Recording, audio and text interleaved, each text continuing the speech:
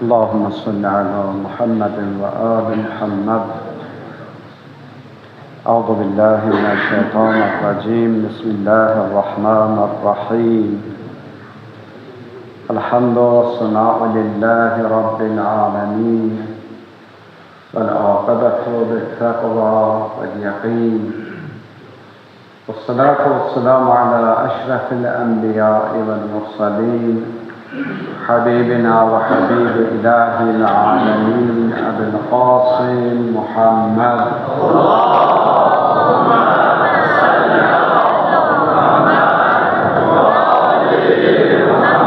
وعلى أهل بيته الطيبين الطاهرين المعصومين، ولعنة الله على أعدائهم أجمعين من الآن إلى يوم الدين. رب اشرح لي صدري ويسر لي أمري واحلل عقدة من لساني يفقه قولي. صدق الله العلي العظيم. Allah'a sonsuz həmd sənalar olsun.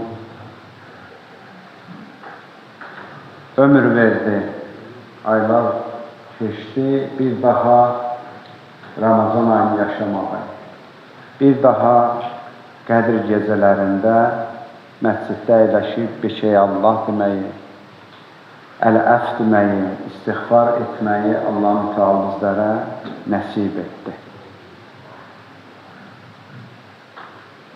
Bugün ilin bütün günləri arasında Allahın ən fəzilətli günüdür. Aylar arasında bütün aylardan fəzilətli ay Ramazan ayıdır. Ki, Ramazan ayındayıq. Ramazan ayının ən fəzilətli gecələrindən biri Qədir gecəsidir. Ki, bu gecə Qədir gecəsidir. Və günlərin içərisində ən əzəmətli gün Cümə günüdür. Və biz Cümənin gecəsindəyik. Allahın bu gecə qədər dəyərli bir gecə xəlq etməyib. Allahın ən əziz bir gecəsidir. Və Allahın əziz gecəsində Allahın əziz bəndələri gəliblər Allahın evində, ən əziz məkanda oturublar, öz xaliqləri ilə razı niyaz etməyə, öz xaliqləri ilə danışmağa. Ona görə bu günün misli yoxdur, əzizlərim. Bu günü dəyər edilək. Bugün dedik, Qədir gecəsidir. Qədir gecəsi bir gecədir. Bir gecədir Qədir gecəsi. Lakin bu Qədir gecəsi hansı gecədir, o biraz mübhəmdir. Onu Allah biraz gizli saxlayıb. Buna görə gizli saxlayıb ki, müsəlmanlar, müminlər bugünün dəyərini daha çox hiss eləsinlər. Bu gecələrdə daha çox ibadət eləsinlər. Bir gecədir bilib, gəlib o gecə ilə kifayətlənməsinlər. Əziz Peyğəmbərimizdən hədis var, buyurur, Ramazan ayının son 10 günlüyündəki tək gecələrdən biridir. İstədi o gecələri, Ramazan ayının son gecələrini əziz tutar. Artıq bilirsiniz, Ramazan ayının son günlərini yaşayırıq. Hədislər də bizə deyir buna ki, insanların hamısını özünüzdən dəyərli bilin. Düşünün ki, bu məndən Allah yanında üstündür. Əməllərin hamısını, yaxşı əməllərin hamısını ən əziz əməl bilin. Düşünün ki, bəlkə bu əməldə Allahın razılığı var. Biz bilmirik ki, Allah bizim hansı əməlimizə görə bizi bağışlayacaq. Biz onu bilmirik ki. Bəlkə biz ümid olarıq namazımıza, bəlkə biz ümid olarıq orucumuza, heç bəlkə bir əhəmiyyət vermədiyimiz əmələ görə bizi bağışlayarlar. Bir nəfər dünyasını dəyişmişdi, getmişdi. Qəbirdə, hesab kitabda mələklər gəldi. Dedilər, nə gətirirsən? Özü böyük alim idi. Dedilər, nə gətirmirsən? Dedi, bəs namazın, orucun. Dedilər, bu sənin özün üçündür. namaz qılmısan, oruç tutmusan ki, cəhənnəmə atmasınlar səni. Xalis Allah üçün gətirmişsən. Dedi, mən kitablar yazmışam. Mən neçə il muizə eləmişəm. İnsanlara doğru yol göstərmişəm. Dedilər, yox, bunların da zaten dünyada mükafatını almışsan. Xalis Allaha görə. Baxdı, əlini saldı yanına, dedi, vallahi. Bu əməlləri ki, saydım, qəbul eləmədiniz, daim mən əməl tapmıram. Təqdim eləmək üçün. Dedilər, bir əməlin var, sən özün bəlkə unutmusan. Səni o əməlinə görə bağışlayıblar. Səni o əməlinə görə cənnətə aparacaqlar. Bir gün gəlirdin, qəssabdan 1 kilo ət almışdın, evə aparırdın, öz ehtiyacın var idi. Gəldin, gördün ki, bir məsciddən uzaq, bir 4 ayaqlı heyvandır, xəstədir, uzanıb qalıb bir tərəfdə, halı yoxdur və körpə balaları var, istəyirlər ondan süd yesinlər, südü də yoxdur, acdır. Gördün, heyvan çox məzlumana bir sənə baxışı var, baxır sənə, bir kəsdin o ətin yarısını qoydun onun heyvanın qabağına, yedi, sanki gözləri ilə təşəkkürlədir ki, amma doymamışam. Bir o qalan yarısını da verdin ona. Heç kim görmürdü səni. Bunu Allah üçün elədin, xalis niyyətlə elədin. Allah sənin o əməlini qəbul edir. Elə buna görə bağışlamırsan. O illər kitab yazmışsan, xütbə eləmişsən, namaz qılmışsan, həccə gedirsən, onları qoyursan. Ona görə deyirlər, əməlin hamısını dəyərli bilək. Düşünməyək ki, bu əməllə nə olacaq? Bəlkə o əməllə bizi bağışlayanlar. Günahların da deyirlər, hamısından çəkinək. Biz bilmirik ki, Allahın qəzəbi hansı günahda bizi tuta bilər. Ola bilər, mən düşünürəm ki, məsələn, ən böyük günah haram yeməkdir, ən böyük günah Allah göstərməsin, zina eləməkdir, Allah uzaqlasın, içki içməkdir. Bəlkə heç əhəmiyyət vermədiyimiz kiçik bir günaha görə Allahın cəzalandırır. Bəlkə Allahın qəzəbi orada üzü tutar. Ona görə deyiblər, heç bir günaha da səhvi yanaşmayaq. Və bu babdandır ki, Peyğəmbər Əkrəm də bu gecəni dəqiq vaxtımıza demədi, özü bilirdi, amma bizə demədi ki, bu gecələrin hamısını əziz tutaq, əzəmətli tutaq, hamısında ibadət edilir. Lakin bir hədis var İmam Sadiq əleyhissalamdan, bir nəfər gəldi İmam Sadiq əleyhissalamdan xəbər aldı ki, bu 10 günlüyün hamısının imkanımız olmur, ibadət itaat eləməyə. Hansı günləri bizə məsləhət bilirsən, Həzrət buyurdu 19, 21, 23-cü gecələrdən biridir. Biraz da məhdudlaşdırdı, bizim üçün biraz da konkretləşdirdi. Yəni bu 3 gecədən biridir İmam Sadiq əleyhissalam buyurdu. Bir hədis də var, o hədis bizə ehtimal verir ki, elə bu gecədir. 23-cü gecədir. Peyğəmbər zamanında tarixdə keçir adı Əbdü Cühəni. Cühəni məntəqəsindən bir kişi var idi. Gəldi Peyğəmbər Əkrəmin yanına. Ya Rasulallah, mən kənddə yaşayıram, təsərrüfatçı adamam. Mal heyvanatım var, işçilərim var, çobanlarım var. Mən hər dəfə onları qoyub Mədinəyə gələ bilmirəm. Mənim üçün çətindir ki, bu əhya saxlayın bu gecələri.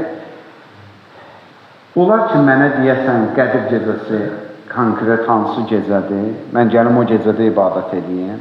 İstəmirəm Qədir gecəsi əlimdən çıxsın, amma işlərimi də qoyub gələ bilmirəm. Tarixdə yazırlar ki, Peyğəmbər Əkrəm ümumidə demədi o sözü. O kişini çağırdı, qulağına bir söz dedi. Qulağına bir söz dedi. Deyirlər ki, biz fikir verirdik, o ki, həmçin 23-cü gecə gəlir. Yəni, ehtimal bununla verirlər ki, Peyğəmbər Əkrəm o kişiyə deyib ki, 23-cü gecədir. Bu gecədə gəlib. Bu yüzdən həm bu gecəyə çox ehtimal var, bu gecənin özümüz üçün mühüm bilək və həm də bu 3 gecədən sonuncusudur. 19-cu gecə deyildik ki, bu gün biraz səhlənkarlıq eləsən, 21-ci gecə var, 23-cü gecə var. 21-ci gecədə deyildik, yoxdur, bir əhyamız qalıb, amma bu gün daha deyə bilmirik. İnşallah ki, ömrümüzün axırıncı əhyası olmaz, ömrümüzün axır Qədir gecəsi olmaz, amma ilimizin, ayımızın sonuncu əhya gecəsidir. Bu gecə gərək Bir şey deyək ki, özümüzü bağışladıq. Çalışaq özümüzü bağışlatmaq üçün. Və bir dənə də hədislə deyirəm, bu gecənin barəsində Həzrət İmam Sadiq əleyhissalamdan Həzrət buyurur ki, Ramazan ayının bir illik müqəddəratımız, mən necə olacağım, mən necə yaşayacağım. Bu bir ilin içində ruzum nə qədər olacaq, sağlığım, səhətim necə olacaq, işlərim necə gedəcək, bu il mənə ziyarətlər nəsib olacaq, bu il mən ibadətdə, itaətdə ola biləcəyəm, bu ili mən imanla başa vuracağım, imandan çıxıb küfrə tərəf getməyəcəyəm. Bunlar hamısı deyirlər Ramazan ayının 19-cu gecəsində İmam Sadiq əleyhissalam buyurur ki, bu bizim bir illik müqəddəratımız təyin olunur. 21-ci gecədə hökm olunur. Birinci gecə təyin olunursa, ikinci gecədə hökm olunur. Üçüncü gecə, 23-cü gecədə imzalanır. Yəni artıq sanki bu şey yazılıb barəmizdə, bu gecə Allah bunu bizim barəmizdə imzalayacaq. Yəni elə də dəyişmə imkanımız var. Özdə Allah bizə lütf edir də, biz bəndələrini biz Allahı sevdiyimizdən Allah bizi çox sevir. Allah bizi çox sevir. Hətta bir hədis-i qudsi var. Mən o hədis-i qudisini oxuyanda o qədər adamın ürəyi yanır. Allah mütəalliq ki, ya ibadə, ay mənim bəndəm, mən səni sevirəm, sən də məni sevdər. Allah aləmlərin xaliqidir, bizi yaradıb, hər şeyimizi Allah verir. Bir də bizimlə elə rəftar edir ki, sanki elə bir bizə ehtiyacı varmış kimi. Deyir, məni sevdi. Allah bizimlə bu cür danışır. Allah bizi çox istəyir. Çox istədiyinə görə bizə imkan verib, bizi üçün şərait yaradıb, bizə hürriyyət, azadlıq verir ki, özünüz seçim edin. Bəs mən seçimimi necə edə bilərəm? Deyir, sən necə istəyəcəksən, bu cür təyin edəcəksən. Sənin bu gecəki istəkləri hər şey vardır. Sənin bu gecə himmətin nədir? Amalın, məqsədin nədir? Mən bunlara baxacağım bu gecə. Bizim məqsədlərimizə görə bir illik taleyimiz həll olunacaq. Bu gecə görsələr ki, mənim məqsədim, elə məsələn, Allah, maaşım biraz çoxaltdır, bu gecə bu olsa məqsədim, elə bu boyda mənlə rəftar edərlər. Amma bu gecə görsələr ki, mənim məqsədim, mənim amallarım çox böyükdür. Deyirəm ki, Allah, mən istəyirəm, sənin dinivə xidmət edim. Sənin dinivin qalmasında mən vasitəçi olmaq istəyirəm, iştirakçı olmaq istəyirəm. Elə bu dinin süfrəsinin qırağında oturanlardan olmaq istəmirəm. Bu dinin süfrəsini sərən kişilərdən olmaq istəyirəm. Bu din süfrəsinin çörəyini, duzunu qoyan kişilərdən olmaq istəyirəm. Yiyən kişilərdən olmağa nə var ki? Mən bu dinin yaşamağı üçün xidmət eləmək istəyən insanlardanam. Məqsədimizi bəlirləyir. Allah, mən həmin adam bu gecə olmaq istəyirəm ki, mən özümə qərar vermişəm, təsmin tutmuşam ki, mən sənin hüccətin, İmam-ı Zamanın yavərlərindən olmaq istəyirəm. Böyük iddia edirəm, mən həmişə deyirəm, iddiamız böyüdürsə, Kərəm qapısına gələn cılız şeylər istəməz ki. Allahın qapısına gəlmişik də, müdür qapısına getməmiş ki, iki çörək istəyir. Allah qapısına gəlmişik, elə şeylər istəməliyik biz Allahdan ki, Allah da qüdrəti sonsuzdur. Hər şey gücü satır, qüdrəti satır da. Deyir ki, Allah, mən bunu istəyirəm. Mən ləyaqətim olmazsa da mən istəyirəm İmam-ı Zaman yavər olur. 72 nəfər İmam Hüseynin yavər oldu. 313 nəfər Peyğəmbərə Bədir döyüşündə yavər oldu. Siffeyində, Nəhrivanda Həzrət Əliyə yavər olanlar oldu. Mən də istəyirəm İmam-ı Zamanı yavər olur. İstəməyin ki, məhdudiyyəti yoxdur. Və bu barədə danışmışdıq da, qiyamətin günündə insanlar gedib görəcək ki, adətən cənnətə gedən insanlar əməllərinə görə yox, istəklərinə görə gedirlər. Hamısı təəccüb edəcək ki, orada Allah, bax, filan kəs mən tanıyıram da, biz yine bir məhəllədə yaşırdı, bir məsciddə olurdu, bir şəhərdə olurdu. Elə mən qılan namazı qılırdı, mən tutan oruzu tuturdu. Elə mənlə eyni tipdə bir adam idi. Nəcəb o cənnətə gedir. Deyəcəklər ki, o istəyirdi. Allah bu qədər rahatdır bəli, sən də istəyirdin. Sanki bir bahalı bir əşya var əlində, bir təsbih var əlində. Nə vaxt bu əlimdədir məni? Dostlardan biri istəyir, bağışlayıram ona. O bir dostlar deyir ki, nəcəb ona verdin? Çünki o istədi. Biz də istəsəyin verərdik, hansı o istəsəydik, onu verəcəkdim. Yəni, bu qədərdir.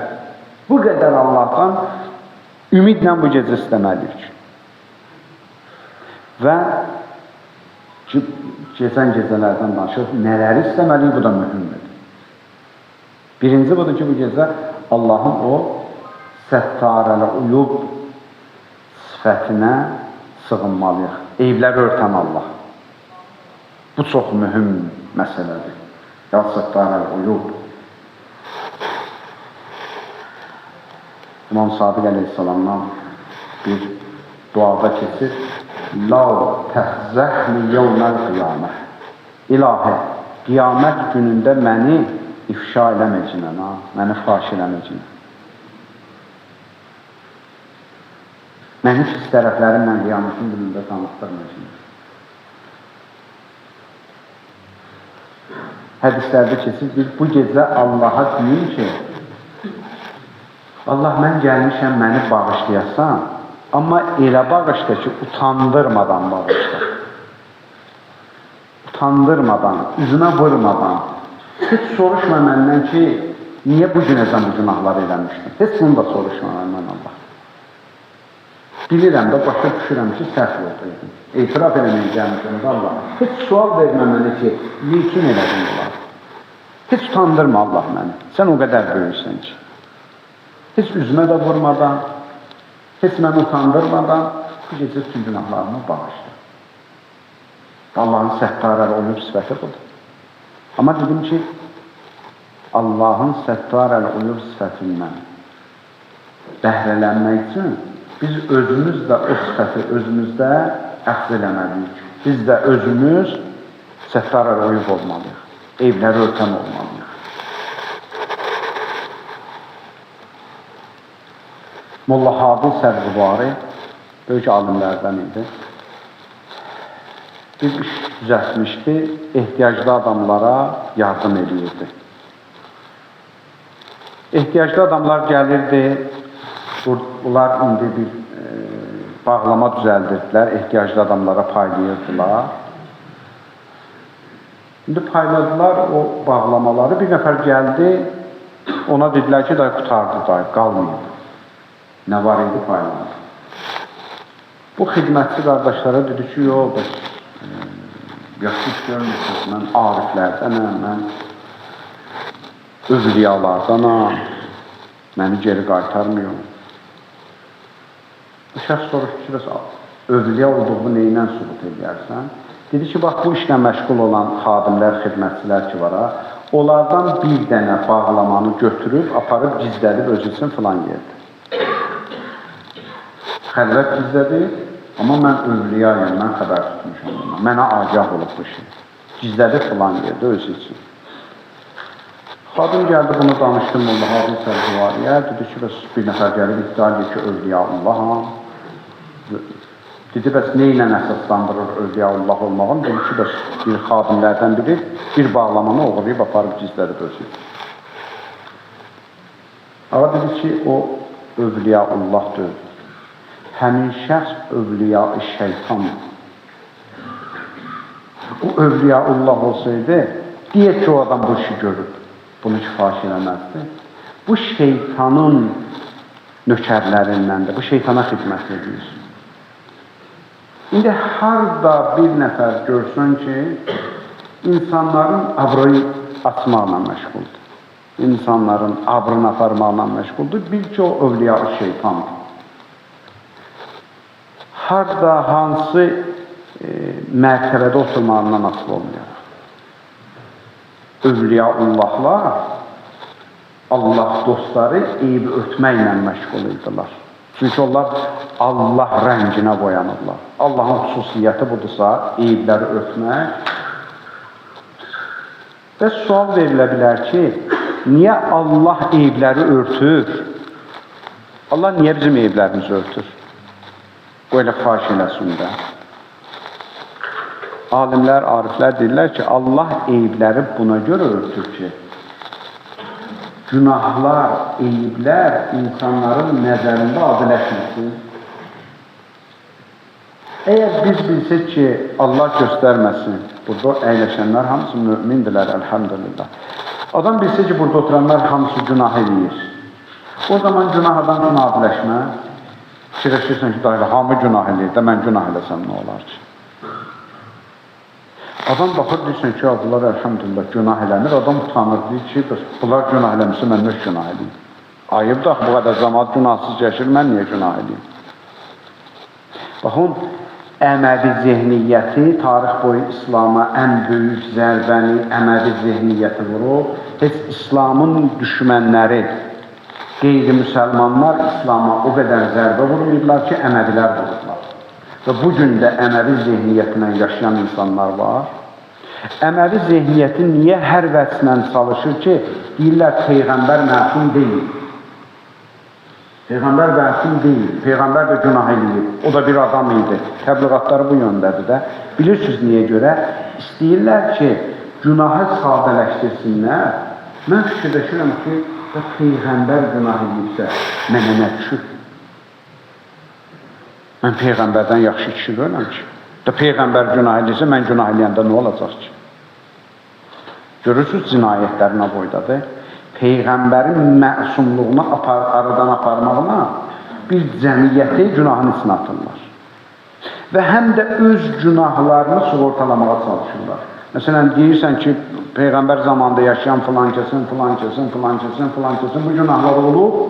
Bunlar da tez istəyirlər ki, qabarsınlar ki, Peyğəmbərin günahları olub. Bunları örtbasdır eləmək üçün Peyğəmbər də günahkar kimi göstərməyə çalışırlar.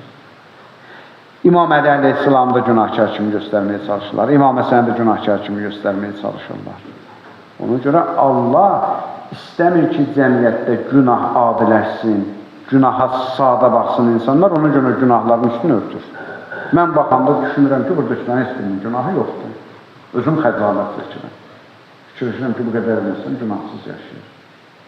Mən də yaşaya bilərəm. Səbəbi budur. Peyğəmbərin zamanında Əbu Cəhli eşitmişsiniz də Peyğəmbərin, İslamın, Allahın bir nömrə düşməni ilə olsa. Küfrün özü ilə olsa. Əbu Cəhlin bir dənə oğlu var idi, İkrəmi adında. O iman gətirdi. Gəldi, İslam'a iman gətirdi, müsəlman oldu. Müsəlman olandan sonra orada müsəlmanlar onu görəndə deyirlər, Yəbnə əduvvəllah, ay Allahın düşməninin oğlu, tənə vururdular bunu. Çox ağır gəlir Bəkirəndə. Gəldi Peyğəmbər Əsəmin yanına dedi ki, ya Rasulallah, mənə bir söz deyirlər, mənə çox ağır gəlir. Mən atam bilirəm ki, Allah düşməni olur, amma da indi mənim günahım ki, deyil. Mən ki, İslam iman gətirmişəm. Bir Peyğəmbər Əsələm bunu işləndə çox qəzəbləndi. Çox qəzəbləndi, gəldi və sərt şəkildə bir xütbə oxudu insanlara. Ki, insanların abrı ilə oynamıyor. Və İkrəmini Peyğəmbərimiz təyin elədi özü bir məmləkətə zəkatı, xumsu yığmaq üçün ona tapşırıq səlahiyyət verdi. Ta istədi insanlar başa düşsünlər ki, bu iman gətirirsə Peyğəmbərsin əziz. Peyğəmbər onu daha çox əzizlədi insanların içində. İmkan vermədi ki, onun adını atarsın. Sosial şəbəkələr də bu yüzdən ən böyük bəlalardandır. Buna görə ki, insanların daha çox abrını aparmaqla məşğuldur. İnsanların abrını orada çox fahiş edirlər. Hər vəçlə, hər yolla biri zarafatın yazar, biri elə kinki dörətindən yazar. Hey, görürsən ki, araşdırırlar ta bir nəfərin bir nöqsanı tapılsın və o faş olursun. və əslində nöqsansız da bir insan yoxdur. Ona görə deyirlər ki, bu günlər həm səttarələ uyub olmağı bacarar, həm dilimizə sahib çıxar, həm də qəzəbimizi kontrol eləməyi bacarar. Qəzəbimizə sahib çıxar. Bu Ramazan ayı və bu Qədr gecələri biz üçün bir fürsətdir, bunlarla məşğul olur. Və bir Peyğəmbərimizin duasını oxuyurduq, dedi ki, Peyğəmbər bu ayda dua elədi. Peyğəmbər nələri istədisə, həm bizə öyrədir onu ki, biz də bu gecələr onları istəyək, həm də Peyğəmbər göstərirdi ki, bu şeylər nə qədər insan həyatında əhəmiyyətlidir, nə qədər vacibli məsələlərdir. Peyğəmbər Əkrəm burada ilahi əl-əm, birinci bu da səndən əmniyyət istəyirəm, bəli iman, ikincisi budur ki, səndən iman istəyirəm. Üçüncüsü Peyğəmbər Əkrəmin duası budur, ilahi səlamə, səndən salamatçılıq istəyirəm.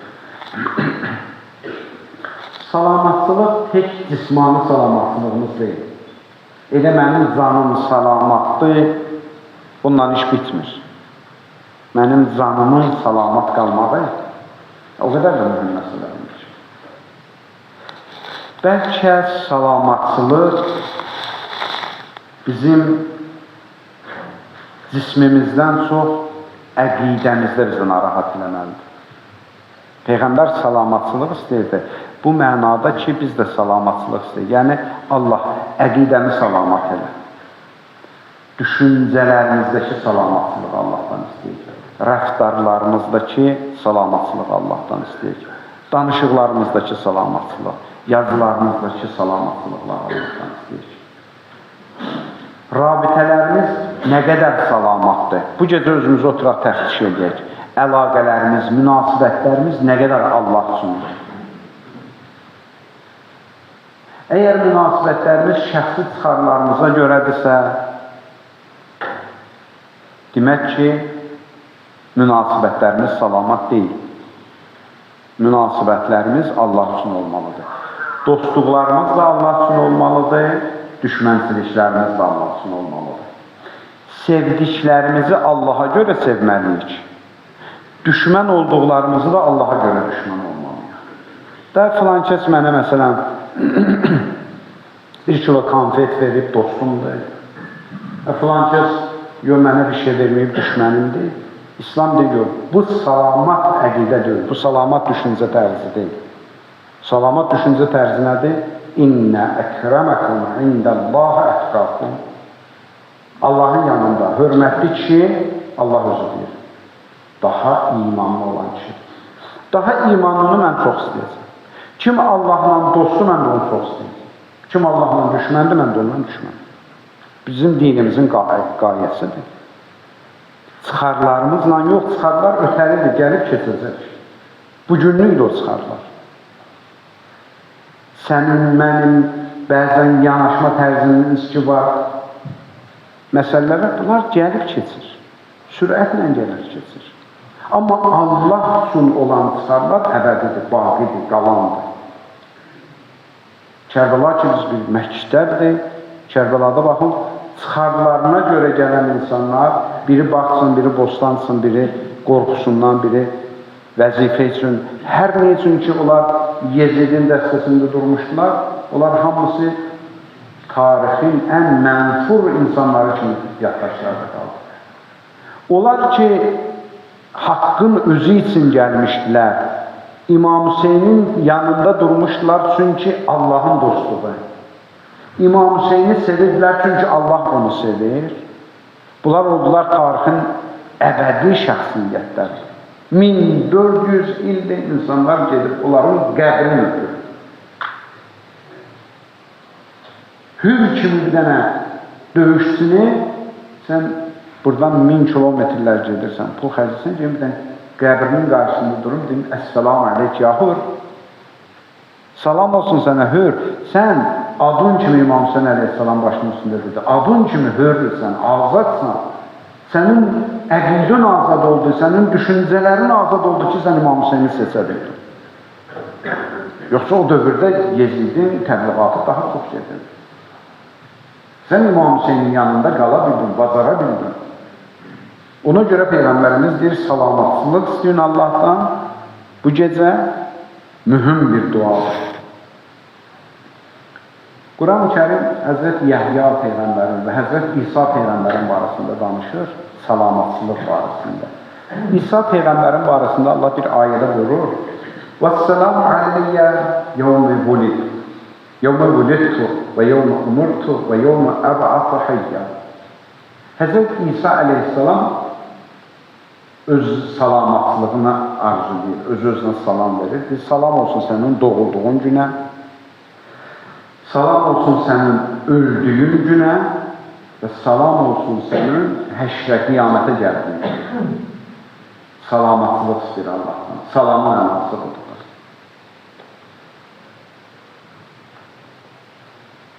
Doğulduğuna günə salam verir, çünki bilirsiniz, Həzrət İsa'nı çox ittiham edirdilər də. Atası yox, anası Məryəm bir dənə cavan xanımdır, bir evlad dünyaya gəldirib, hamı da bundan şübhələnir. Allah ayı göndərib, Həzrət İsa körpü vaxtı danışıb, şəhadət verib, anam pakdır. Tərəddüddə qalanlar var, şübhədə qalanlar var. O şübhələr aradan geçsin, Həzrət İsa aleyhissalam özünüz doğulduğu günə salam verir. Bu bir pak dünyaya gəlişdir və öz öldüyü günə də salam verir. İnsanın təvəllüdü öz əlində deyil.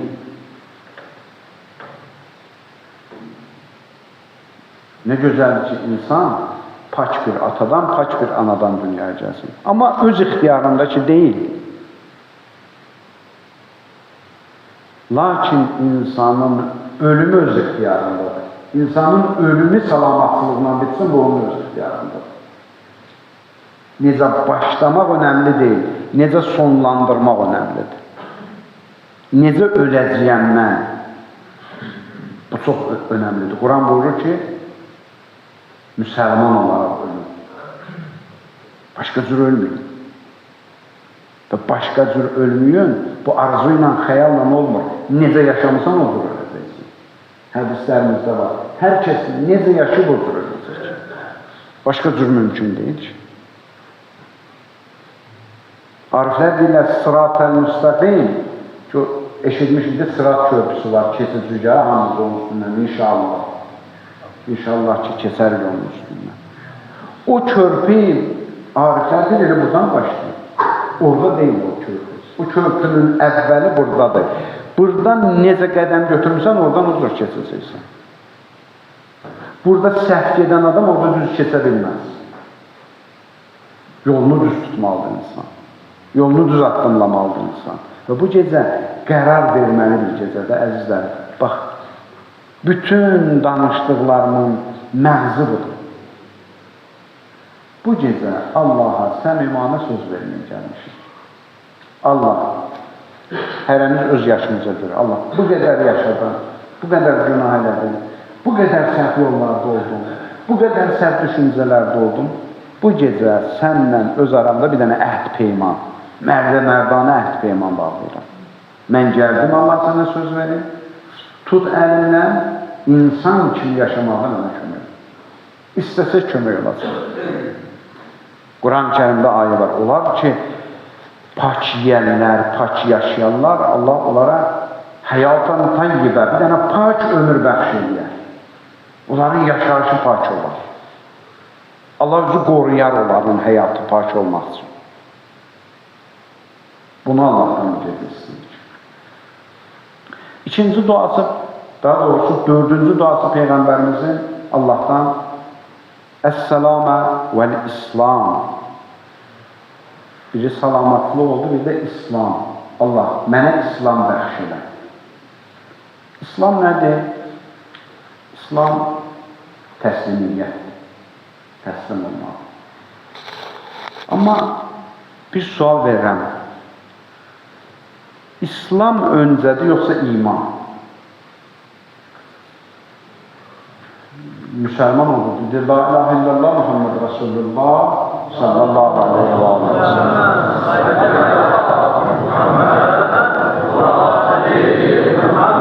Bu oldu müsəlman.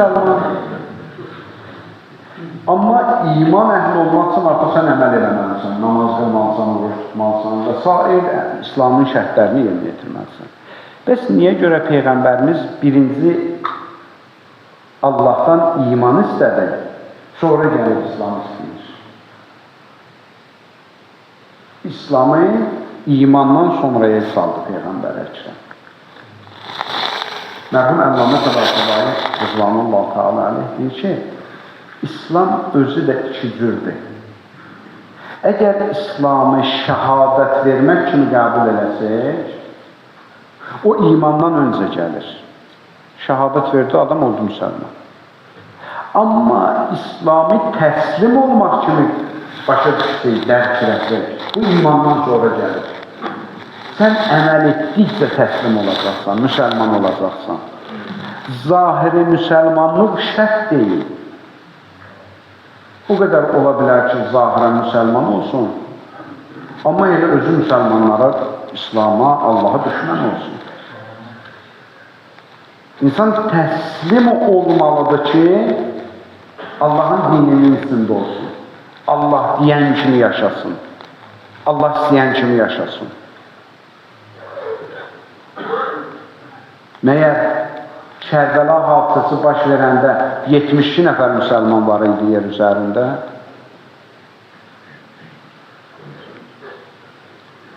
Elə 30.000 İmam Hüseyin Əleyhisselamın müqabilində duran qoşun zahirən müsəlman idi da.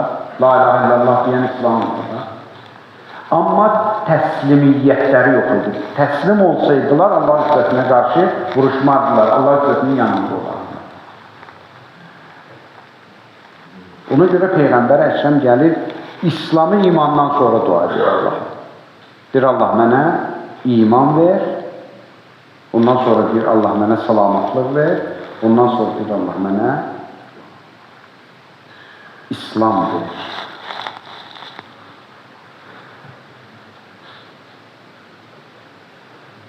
Əbu Təlhə Ənsari adlı bir şəxs var idi, müsəlman deyildi. Ümmü Səlimə adında bir xanım var idi, ona elçi göndərdi, Ümmü Səliməyə. Ümmü Səlimə bilirsiniz, Ümmü Səlimə Ənəs ibn Malikin anasıdır. Adını eşitmişsiniz, Ənəs ibn Malik səhabə olub, Peyğəmbər səhabələrindən olub, Ənəs ibn Malik. Ümmü Səlimə elə bir imanlı şəxs idi. Peyğəmbərimiz Mədinəyə gələndə Mədinə əhli Peyğəmbəri qarşıladı. Çıxdılar peşvazına. Kimin nəyi var, gəlib Peyğəmbərin xidmətinə. Biri gətirdi, dedi ki, Peyğəmbər, bax mənim misal deyəndə 5 dənə qoyunum var, bu qədər müsəlman gəlib Məkkədən hicrət edir, mən 5 dənə qoyunumu verirəm sənə. İxtiyarındadır. Kəs ki, müsəlmanlar az qalmasın. Hicrət edib gələnlər, mühacirlər az qalmasın. Biri dedi, boş evim var, onu verirəm, ya Rasulallah. Biri dedi, əkin sahəmi verirəm, İslamın xatırı üçün bunlar verirlər, Peyğəmbər. Hərə bir şey gətirdi, verdi. Ümmü Səlim bir xanım idi, gəldi, 10 yaşında oğlu Ənəs ibn Malik idi. Ya Rasulallah, hərə bir şey gətirdi, mən kasıb bir qadına, neçsin otur? Ənəsi bağışladım sənə. Ənəsi qoydum sənin xidmətində. Bu gündən sənin nökərçiliyindədir, qulluğundadır sənin. Ənəs ibn Malik Peyğəmbərin yanında böyüdü. Peyğəmbərin yanında boya başa çatdı. Amma bir ayəti dərk edirlər. Amma Həzrət Əli Əleyhisselamın yanında ola bilmədi. Adam bəzən tarixdə bu hadisələri oxuyur, qorxur. Həqiqi qorxur. Peyğəmbərin yanında olasan, amma İslamı dərk edə bilməsin. İslamın həqiqətlərini başa düşə bilməsən. Bu çox təhlükəlidir. Adamın özündə bir həyəcan siqnalı verir ki, mən o gün məsciddəyəm, namaz da qılıram, İmam Hüseyni də ziyarət edirəm, ona əzadarlıq da saxlayıram. Birdən bunların yanında olurla mən İslamı düz qəbul edəyəm, düz başa düşə bilmərəm. Xülasə, Əbu Təlhə Ənsari elçi göndərdi Əbu Səlimə üçün, Ümmü Səlimə üçün. Ümmü Səlimə dedi ki, sən müsəlman deyilsin. Çox da imkanı var idi həmin şəxsin. Və bu da çox kasıbdır, yetimdar bir qadındır. Dedi, yox, sən müsəlman deyilsən, səni heç nəyi qəbul edəmərəm, səni də ələ gələnlərəm. Bir şərtlə sənin elçiliyi qəbul edirəm, sən İslamı qəbul edirsən. Həmin şəxs İslamı qəbul edir. Ondan sonra ailə qurdular.